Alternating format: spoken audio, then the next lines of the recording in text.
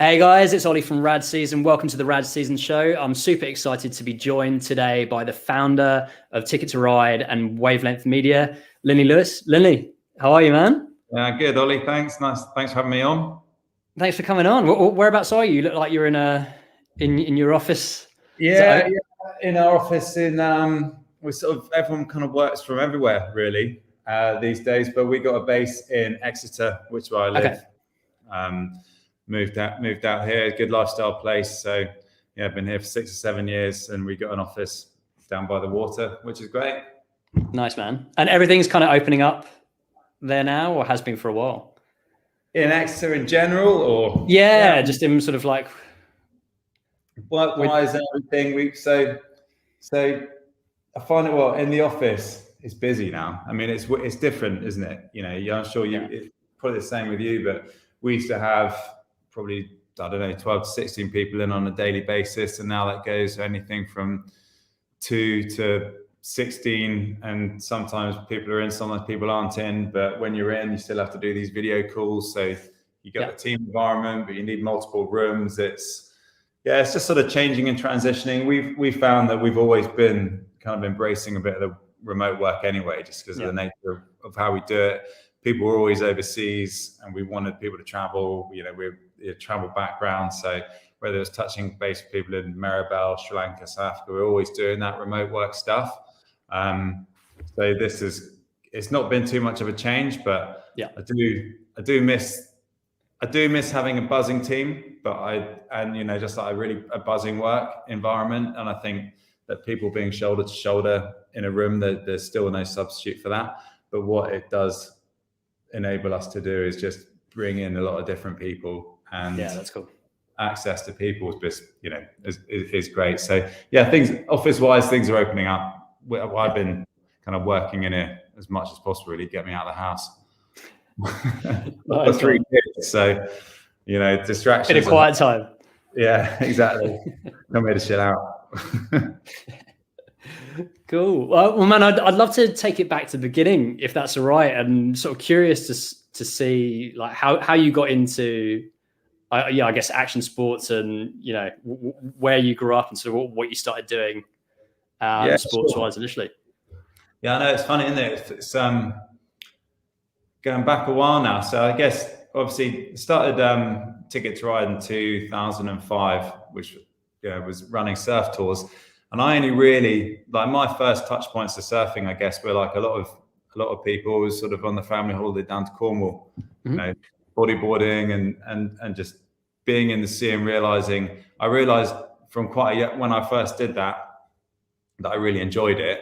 But, my family weren't that big on the, ocean life. And, but it's something that I just really enjoyed doing. So then I started like going down to Cornwall quite regularly, and actually quite often with Will, who's we were schoolmates, and he's my business partner kind of through everything that we've done.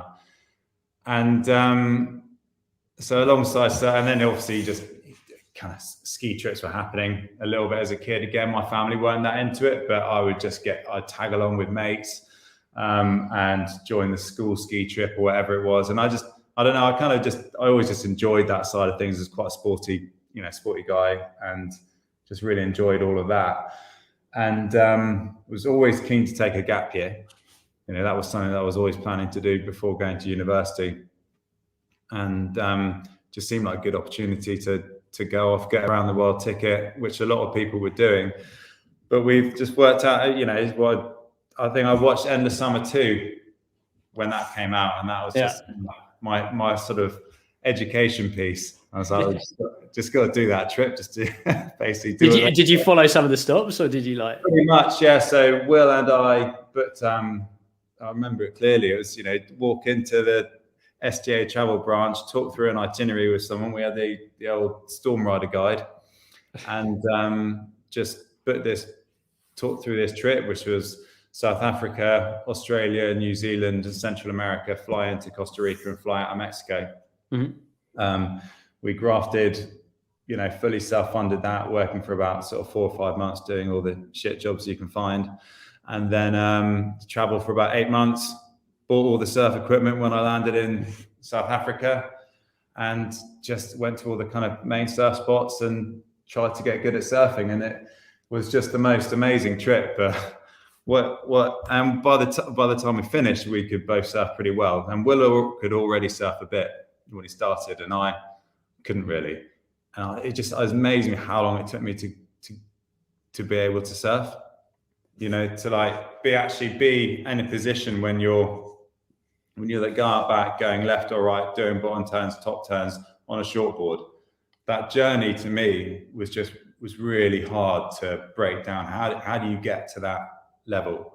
It takes a while, right? I remember doing something similar, like learning in Costa Rica, and I was just like, I just set out, I'm going to go there for 3 months and I'm just going to do it every day. It's not like you've got to put on a wetsuit. You can kind of just jump in on your board shorts and, you know, you can kind of go like just in between like eating, right? So you have some breakfast, you go before or afterwards, and then, you know, you go in for a bit of lunch, go back out again.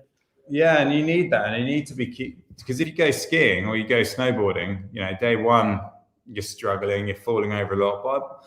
But day, you know, 4, 5, end of the week, you're probably traversing down red runs. You know, you're able to get down the mountain. And surfing, it just wasn't the sound thing I bought. They didn't really have the foam boards then that they have now. The learn to surf thing wasn't quite as well, wasn't as accessible. So I just bought like a 7-foot shortboard. I went out on that and I was completely on the wrong equipment. And, you know, by the end of it, so I went through J-Bay, couldn't surf, went through Durban, couldn't surf, did the whole Gold Coast, barreling Kira. We saw the Quicksilver Pro in 2003, which is, you know, going off its nuts.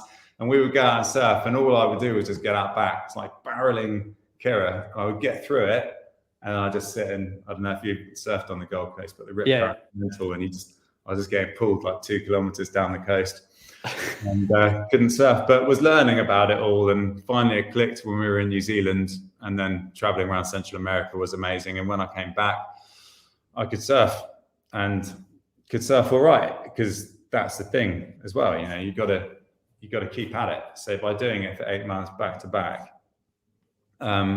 you could get to a decent standard. And that was kind of where the idea, I think that was for me it was hugely life defining, that trip in itself. And then I went to university after that, and I went on the first university surf trip, and, you know, you get the chat. We just drove down from Birmingham to Cornwall. And so you get all the chat in the car park. Everyone's got their boards, and it's like, how long have you been surfing for?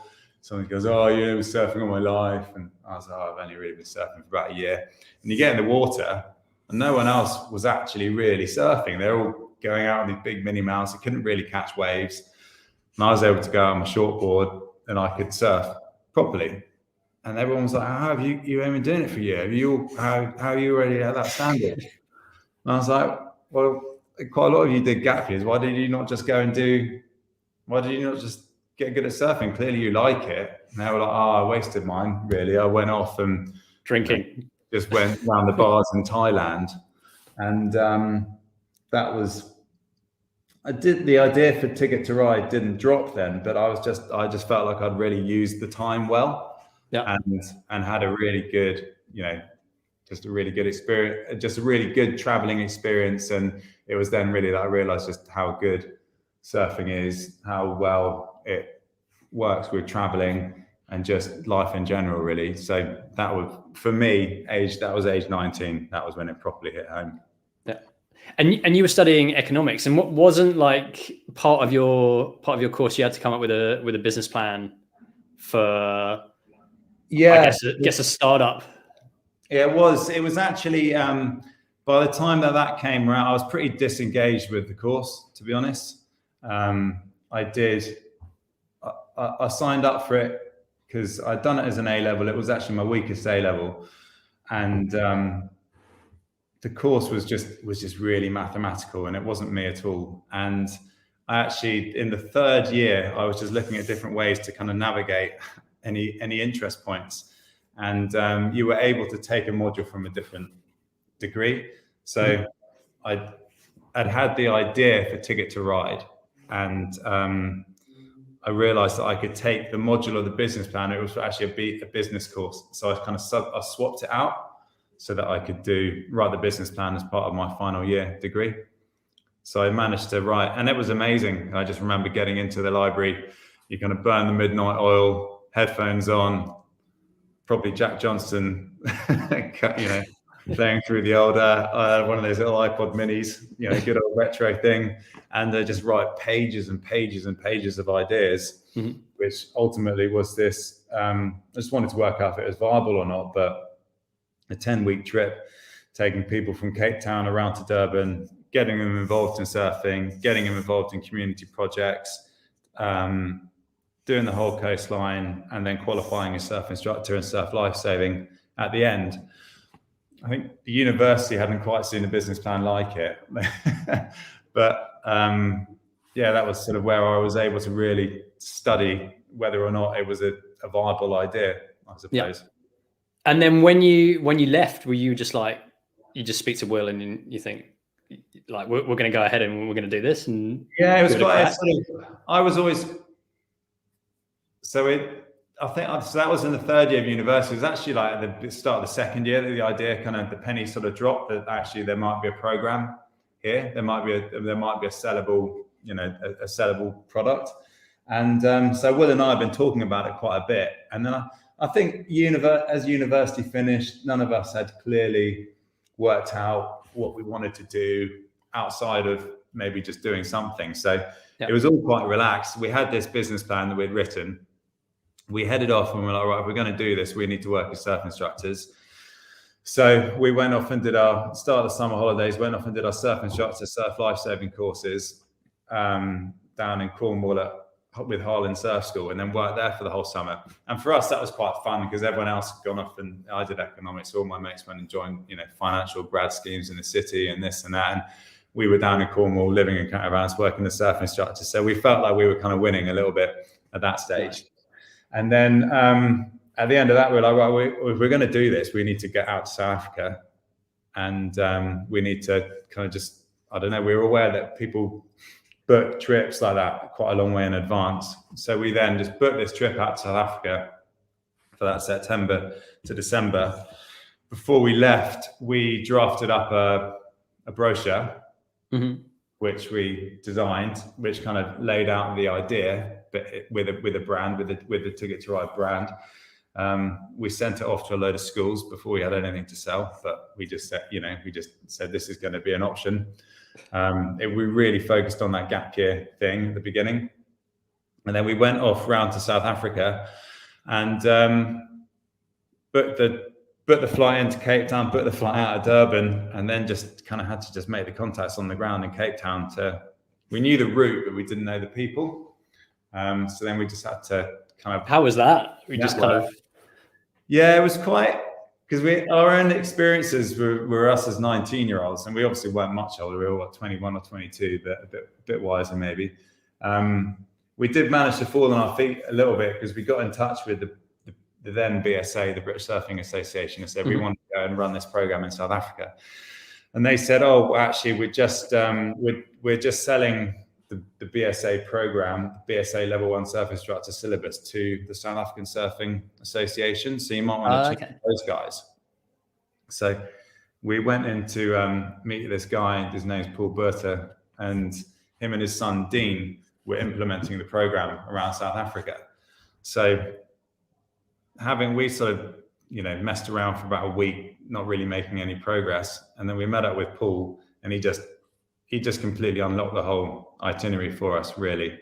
And it was, when you're in Cape Town, you do this. When you're in Plet, you want to stay with this guy. He's coming on board. You're in Jeffreys Bay. These guys, you go there. And he just lined it all up. And it just so happens that in South Africa, the surf industry, quite a lot of them, they own backpackers. It's quite simple. They run surf schools themselves. But that just really mapped it out for us. So we ended up staying there for 2 weeks, sent off a load of letters in advance, and then lived and breathed the trip, and that was it. That particular trip really hasn't altered a huge amount to this day. It's just we've obviously got different people involved in it, but the itinerary is still pretty staple. Yeah. And what did you guys do? Like when you got back from that trip, were you then looking at different locations and thinking, all right, we're on to something here, we can kind of. The thing was we needed to raise some cash because we needed to actually just get out there and sell it. So you had the itinerary, and then you needed to sell it. We needed insurance, we needed terms and conditions, we needed a website, we needed a more glossy brochure. Yeah. So we came back at the end of December, and we wanted to sell into the January 12 months beyond that. So we kind of double jobbed. We were working from home again, drafting it out, started raising some money with independent investors. We also we got in some external investors early doors, okay. which I think for us it was a kind of a recognition thing as much as anything as well, that we weren't just hell-bent on this idea, that actually other people could buy into the idea. And for us, it wasn't a lifestyle thing. It obviously was an area that we were interested in, but we wanted it to be a viable career from the outset. And then the main goal was selling those 20 places that we had on for that first trip, which we managed to do at the end, and that was great. But we were still living in the caravan down in Cornwall over the summer, and like pedaling it down there, and doing a bit of the kind of, it was just all very grassroots. Yeah. And were you doing it direct, or were you like looking at like if agencies and travel operators can get on board? And we never hit agencies. No, it was all for us. It was just, we didn't really understand that. We weren't coming at it as travel industry professionals. So it was very much a case of, we've got this trip and we need to find some people to sell it to. Yeah. And then so we ran the first trip in 2007, and then we kind of doubled up the numbers a little bit. We ran shorter ones. And then we just started to realize we probably needed to diversify. And then we started running a trip in Costa Rica, but it didn't quite have the same magic, to be honest. I think a couple of years later we did that. And then life went on. The trip cemented, the brand became quite well recognized quite quickly. People came through and did it, and they would then come off and work as surf instructors, and that was great. But sort of 4 or 5 years in, we realized that actually, whilst we had the model to scale it from 1 trip to 4 trips, or I think it was 20 people to 80 people, which made the company a decent size, but we didn't have that plan to get bigger than that. Yeah. So I think by this stage, Will was probably about to get married as well. So like life. Realities of life get in the way, and earning requirement, and all these, all this sort of stuff, to mortgages and everything, to start to become quite real. You were asking earlier about how we got involved in skiing, and that was all sort of started from that stage. It's like, well, actually, is Ticket to Ride going to be enough? Is it going to see us through our 30s? And you have that sort of reality moment of being like, well, actually, maybe what we've got now is good, but it might not be enough to get us through our 30s. We've probably got to make a couple of big changes here, try and make a bit of a big step to scale it. Just from in the industry, we've been looking at this. What we're always looking over our shoulder. Surf industry was very and it still is really in its infancy, and it's just very different. You look at the mass market ski industry. Yeah. Surfing, it's never quite hit those levels. It's complicated. You can't have 20,000 people out at a surf spot, but you can have 20,000 people out at a ski resort. Yeah. And you can have 4 ski resorts in a month. So that was why for us with surfing, it needed to be 20 people on a trip. We needed to be traveling. There's a lot of logistics involved, I think, to deliver a really core, good at surfing, genuine surfing experience. And we were always looking over our shoulder at skiing, and it's like, that's a pure volume thing. You could get 10 people on that program, or you could get 100 people, 200 people on that program. The resort can cater for it. And we've been looking at these companies that were running ski instructor programs, and there was one that we always looked at called Basecamp, and at the time they were pretty pioneering, and they ran their own magazine, which we thought was pretty cool, and they just had some good marketing ideas, good program, but you could see that the numbers had maybe started to dwindle, and just literally went out for a beer with the guy that was running that and said that maybe you'd like us to run it for you. We're keen to get in there. Looks like you're interested in doing other things. we could run this for you as within Ticket to Ride. We want that infrastructure. We want to do more in this space. And it ended up being sort of, I think they called it acquisition in the spirit of a merge. So we ended up effectively buying Basecamp, but it was kind of as the two companies merging together. And were they sort of predominantly focused on a similar thing, like doing accredited courses like you guys were doing with surfing, or did they have was their model a bit different? Yeah, no, they were very much on it's a bit of a sort of a feeder factory, the level 1 and level 2 ski instructor and snowboard instructor qualifications. They tried to do different things like freestyle camps and backcountry tours, and I think the market, which I think there's a good market there for that, but it is just very different. There's just every year there is a pie. There's a pie chart of people that come through and want to do ski instructor courses, and it's literally a case of how much of that pie can you get. And that was quite different for us. Before we were kind of making the market with Ticket to Ride. It wasn't really there. We had to sort of engineer it through an interesting and enticing and adventurous course. Whereas the ski instructor thing, it was just like, there's 1,500 people doing this every year. How many of them can you get? Yeah. So it was a slightly different strategy. And was that sort of going into that, was that way different, or do you think sort of taking what you guys were doing at Ticket to Ride, you kind of, you were using those lessons and thinking, okay, this is how we can adopt it? It was a different process actually, going into a brand that you're not as personal with. Yeah. I think when it's your own thing, you can be quite personal about it. You keep things quite close to your chest, and you don't want to, you think you know everything about it. So going into a different brand, we could be quite objective about it. And we were able to make a few changes and keep it. Yeah, I think what we had to do, what we'd done in Ticket to Ride was a hard, they were quite hard yards to get people on those sort of courses. So yeah, I think our marketing was probably pretty good, I guess, that, and then how we incorporated the brand was always really important in everything that we did. So yeah, we were definitely able to recapture a bit of the market share that had probably been lost. And it was fun as well. And I still, we got to know the competitors pretty well as well. There's some good camps. So there was Basecamp, Snow School, Non-Stop Ski. And by the end of it, every year, we would just have a pub session with all the company owners, and, you just realize that actually you're all in it together.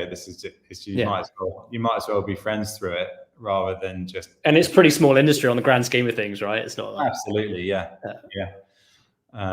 So and when you guys were doing that, was that also the same time where you had an independent schools ski and snowboard championships? Was that sort of was that a marketing thing, or so was that something completely separate? No, that was something that got inherited with Basecamp when we took that over. And again, the guy that started Basecamp, a guy called Fergie Miller, he had a lot of really good marketing ideas and initiatives. And the school ski champ, I think he always thought was going to be a bit of a feeder into the instructor courses. Yeah. So when we took Basecamp on, it came with the instructor courses were the main thing, but then the school ski champs thing was this sort of little bit on the side. And we were like, shit, well, we better run that. We didn't really, we'd never done any ski, but none had ever done any ski racing. And then I snowboarded, and obviously was snowboarders. I was like, shit, well, we'll probably get these schools on it. And before, I was suddenly way out of my depth, just chatting to teachers in advance about, I didn't even know different, slalom, giant slalom, parallel slalom, all this stuff is competitive. Obviously get competitive sport, but I didn't know what they were talking about. It's a completely different language. Anyway, we managed to run the first event. I went out on my snowboard. Whereabouts did you guys do that? That was in Ladies Out. Okay. Yeah. But what it was, I kind of describe it as I don't know if you're ever into ski racing. It's kind of like Pony Club or something. There's loads of clubs. Some people take it very seriously. Some people are just getting into it. And the whole ethos of this event was that it was getting people into ski racing. It was trying to not be a wanky ski racy very stuck by the rules event. It was going to be you want to get into ski racing, this is an education piece into it. And obviously all the instructors were there and the program was there. But what was really good about that was that the schools kept coming back. So suddenly it was a completely different model where you sell into a school and the school goes 1 year and they come back the next year. And then the teacher from that school has such a good time that he tells his mate from the other school. And then you suddenly find that all these schools are coming through. So I think when I took that on, so I took it on and then I made sure that I learned to ski pretty quick. And understood ski racing, so I could hold the patter with all the with the clubbies out there. We started off with 70 kids on that, and I think 4 or 5 schools, and by the end there were 400 kids on it with 20 schools, and that was a different package as well because it was all flight inclusive. It was over £1,000 for 5 days, and it was a kind of entry point into events for me. I think all of our travel was quite event based anyway, because it was, set date, group of people, off you go. Then the traveling experience was a bit of an event, but this was just a very specialized one-off event. And it's good fun. And actually, as the sort of brand, I think with all this, like growing base camp and growing, the school ski champs, probably made us concentrate a little bit less on what was actually happening on the focus element, which was Ticket to Ride. Like I said, that South Africa trip hasn't really changed and partly probably because for 6 or 7 years we were turning around base camp, we were turning around I was building the school ski champs, and then we were actually like, well, we need to probably just start focusing back on Ticket to Ride a little bit more. Ticket to Ride had got into skiing through our knowledge of base camp and the school ski champs, and we thought, like, it got to the position with the school ski champs. I was like, well, I've got a vision to take it to 1,000 kids and take it to the sort of Brit ski and involve freestyle and music and make it more of a all-encompassing event. But it's going to take a bit of cash and it's going to be quite a journey to get there. So we either go for that, or maybe actually it might be quite a good time to sell that vision onto someone else, and they can run it, and then we can come back in and focus on Ticket to Ride. And we ended up doing that. We ended up selling, this is 2019, end of 2018, we sold it to a school tour operator. And they bought the school ski championships off us, and they also bought the school, and they also bought the instructor programs. They bought the base camp brand as well. Because through our learnings in it, we realized that the value in travel was in the return, was in having unique trips, and it was in having return customers. And we wanted it to be both. We wanted it to be a unique proposition and return customers. School ski champs was return customers. Base camp wasn't return customers. It's quite hard work getting that slice to the market. So we sold that division off. And looking at it from where the 18 months travel's had through COVID and everything, the timing of that was pretty good. So it basically put a load of cash into Ticket to Ride, which we then were able to use to open up these surf houses, which is the route that we want to take Ticket to Ride down. So we opened up the first surf house in Sri Lanka, which sleeps 24 people, in October 2019. Mm-hmm. And that season obviously got cut short because of COVID, but we had in the pre-COVID year, we had Ticket to Ride at a mountain lodge in Maribel, surf house in Sri Lanka, surf tours in South Africa, Indonesia, and surf school in Cornwall. And did you before that, or what was? Yeah, so I think through the kind of noughties, Will and I realised that we're obviously two people running one business, and we took over base camp at the start of that, which made us realise slightly different business area that actually you don't have to start everything. Sometimes you can take things over and and improve them. And there were 2 other ones that we took over in the middle. One was called Errant, which I think still exists today, was Surf Travel Agency, and that was actually in administration. So the guy that started that, Chris Thompson, phoned us up and said, look, this is in administration. These are the reasons why I would like the brand to be able to continue, and perhaps you guys would consider taking it on. So we ended up doing that, and that was a completely different. Taking a company out of administration is really hard work, because there's loads of people who haven't been paid maybe, or it's just it's there probably for a reason, through probably no one's fault, but it's there, and there's a process and it needs to go through to get it out of that. And it was actually so that we were kind of running this little Ticket to Ride group. We had Ticket to Ride, Erin, and Basecamp.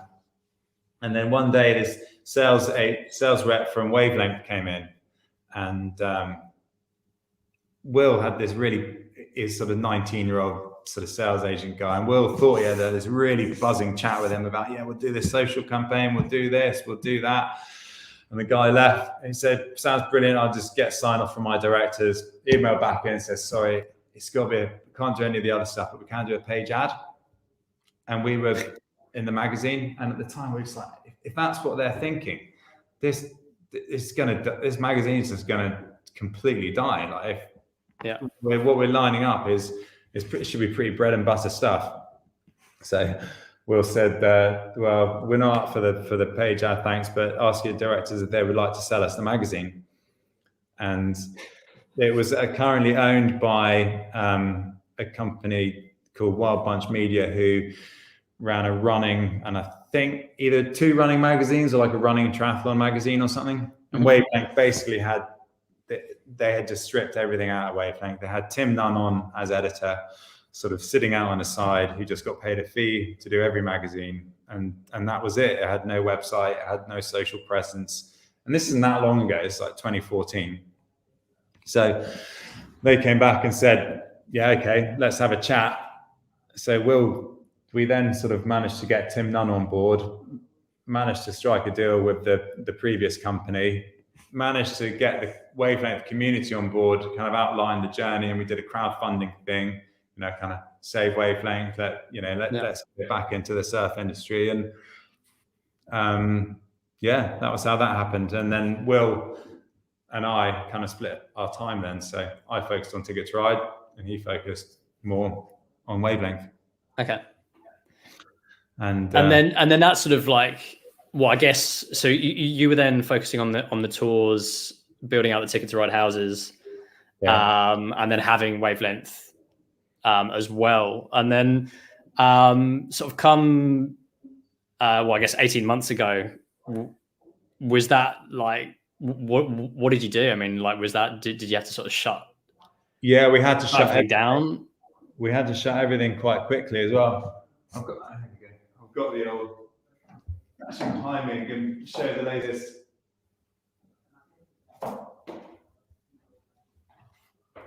Probably what I should have been more prepared actually. What the other these are the latest editions, which you can see just before I get into full COVID stuff. But these you can see we basically turned in two of these a year. Okay. Now, and they're just complete showpieces. And what we found in that is just the power of the community and the people that buy Wavelength. It's been going since 1981, and we've tried to really focus on that. And it's all kind of, that's where we saw the power, and that's where we're seeing the power in Ticket to Ride as well, is the power of the brand, people coming back. And with Wavelength, it's the same. And yeah, when COVID hit, February, things started looking wobbly, didn't they? Yeah. The people were like, maybe this is real. I remember end of February, I went out to go to Sri Lanka to see how the guys were getting on over there. And people were starting to get quite worried. Like, traveling was weird. They were heat scanning people when you arrived in Sri Lanka. You're like, God, is this a thing? It was just started to become the chat. And then 2 weeks later in March, just got the news that France has closed borders, shut the mountains, and I had a weekend staying with a friend, and I was like, right, we've got 70 people in resort that need to get evacuated. That needs to happen. We've got that many people in South Africa, that many people in South Africa. And then you're just like, this might be it. We can't afford to not to give everyone their money back and operate. There are just so many question marks over at that moment. So obviously there was a task force at hand that just needed to get everyone out of resort. And then it was just a case of coming into work on Monday and just like, looking at a team of people. There was a week when France closed down before we went into lockdown. And then that week, that was brutal of actually what's the realities of this? Because, we had invested hard that year in surf houses, in the mountain lodge in Maribel. It wasn't like we had kind of, cash reserves to run for 24 months with no income. No business does. You suddenly your cash flow gets turned off overnight. How are you going to keep your head above the water? So we sort of had to navigate that as best we could. And actually the South Africa trip was able to finish. The Sri Lanka guys, it was quite independent on its own. So that was able to sort of peter out. Quite a lot of the chalet holidays, we had to pay people back or offer them credit to the end of the season. So there was a bit of a sort of immediate issue, but the more long term was just like, actually, when's travel going to open up again? So March was pretty grim. Having some pretty, just looking at a lot of chatting with customers who everyone was just pretty frustrated, weren't they? Yeah. Like when the Strait happened, everyone's flung into lockdown. That trip that you've paid for isn't going to happen. So you were just dealing with what? You're dealing with quite a lot of grumpy customers. Yeah. Which I really hated, because actually your customers are meant to be the ones that you're just pleasing. They're meant to be your biggest advocates. So you suddenly find yourself in a really tough situation where, through no fault of your own, suddenly you can't deliver the trip, but they paid for it, and we had paid for it on the ground. We'd paid the chalet owners, we'd paid, all our costs were sunk. But anyway, we managed to sort it all out, and furlough came in, which was, obviously good for all the staff. We managed to take advantage of, we didn't get any grants or anything, but we took on government debt, C-bills, which, kept a load of good cash in the company. We sorted out all the old clients. But what I wasn't prepared to do was just, you kind of realize that actually you take a booking and travel. If it start, it just literally, you had to get so wary of where you're spending money, because it's just so start. If I took, I don't know, 10 grand of you to book a ski chalet for a month's time, we got to have a conversation and got to talk to you about your ski pass. And then actually it turns out I've got to give you your money back. All that process was just literally draining resources, and you're just waiting behind a locked door. So that was when Will and I would, we'd chat. So I think we just got to kind of leave. For Ticket to Ride to survive, it's got to be threadbare. So it's got to have literally zero costs, only operate when it absolutely can. Because if you're just waiting for it, we're going to drain those precious resources that the company has. So and it was uncertainty as well, right? I mean, no one knew, exactly. So you could say, and I know, a lot of my sort of friends and acquaintances in the travel industry, it's the same. It's like, we're going to open up.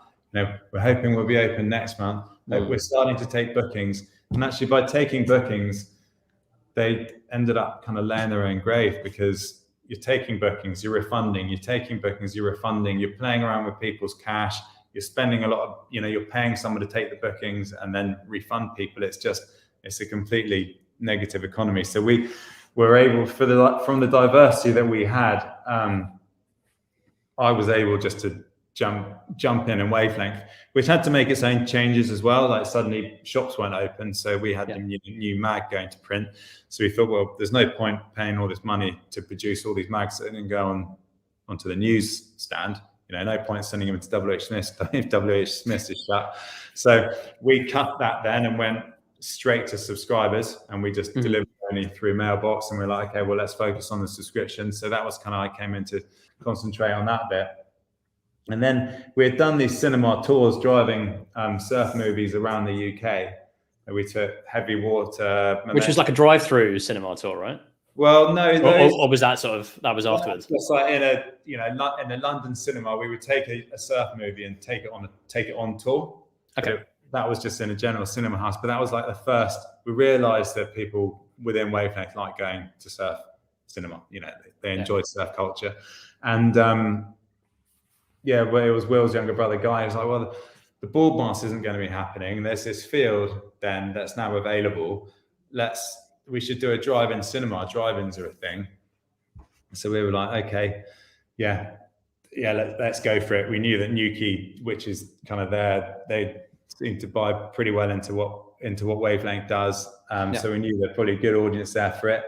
And we ended up taking what was a small little idea, and then we ran, this was last year, we ended up doing 21 nights over the course of 7 weeks through the summer, got 10,000 people through the doors, and just massively scaled it up from what we had originally thought.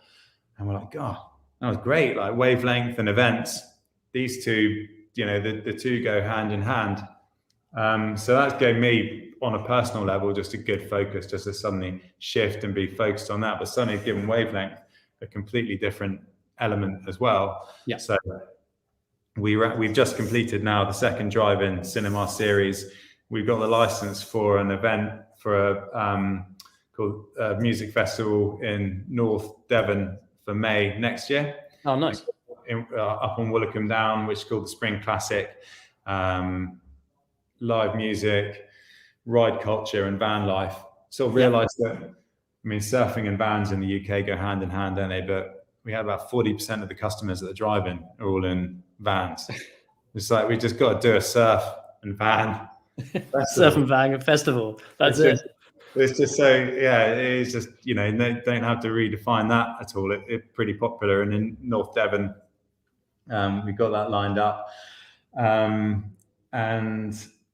then also as part of the planning, the sort of third event that we're running is this one coming up in October called the Blue Earth Summit, which the sort of tagline is the business of life, but the easiest way to describe it is effectively sustainability, ethical business, and valuing the outdoors, which is great. And it's nice to just be involved in such a kind of diverse field, really. And that's going to be at Bristol, which is at the Wave, right? Which is a pretty sick location to.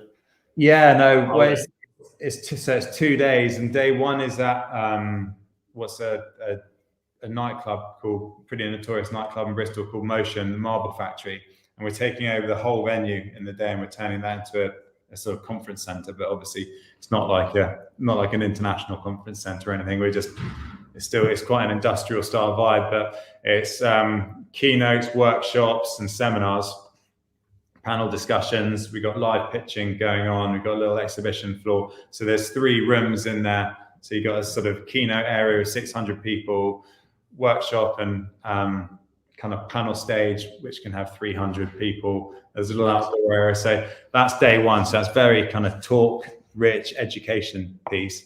And then the next day is at the Bristol Wave, which is more for that kind of, right, well, let's wind down, let's reflect, let's surf, let's get to meet the people that we're here with, really cement those relationships. There's no better way. You got to say, for us, it's, we all have that value for the outdoors. You're very naturally then environmentally conscious. Surfers, snowboarders, cyclists, by nature, they care because it's the playground that you're living in. You're gonna want to drive a pretty heavy sustainable agenda as a surfer, as a snowboarder, just because you're playing in that. We're all in that playground, and so the Blue Earth Summit is just trying to join those dots between the valuing the outdoors and connecting it with the business mindset, because ultimately we've all got to do our bit at home, but ultimately it's businesses that are going to drive long-lasting change. So yeah, and by getting it out to the Bristol Wave, where we're going to be leading bike rides and runs, and it's as far as getting to know people goes, there's no better way than, you know, you can chat out, but going for a surf, going for a bike ride, going for a run, you just immediately relax, don't you? You know, you just connect much better. So yeah, nice. It'll be good, man. And what's the best way for people to follow sort of what you're up to, and if anyone wants to get in touch? Yeah, well, I seem to be on LinkedIn. If people wanted to get in touch with me directly, I'd be very happy for people to, you know, look me up on LinkedIn. I've got a pretty unique name, so you type in Linley Lewis. I think there was a woman in America, but she seems to be the only other one I found. And I think so yeah, I'm happy for people to approach me directly on LinkedIn. Business wise, we got the Wavelength Instagram's pretty good, Wavelength Surf Mag. Mm-hmm. And then we also, obviously it's not all about the mag, the stuff we do behind is Wavelength Media, so that's at WL Media, which kind of encompasses the events, the retail, and the media as 3 different bits. Nice. Cool, man.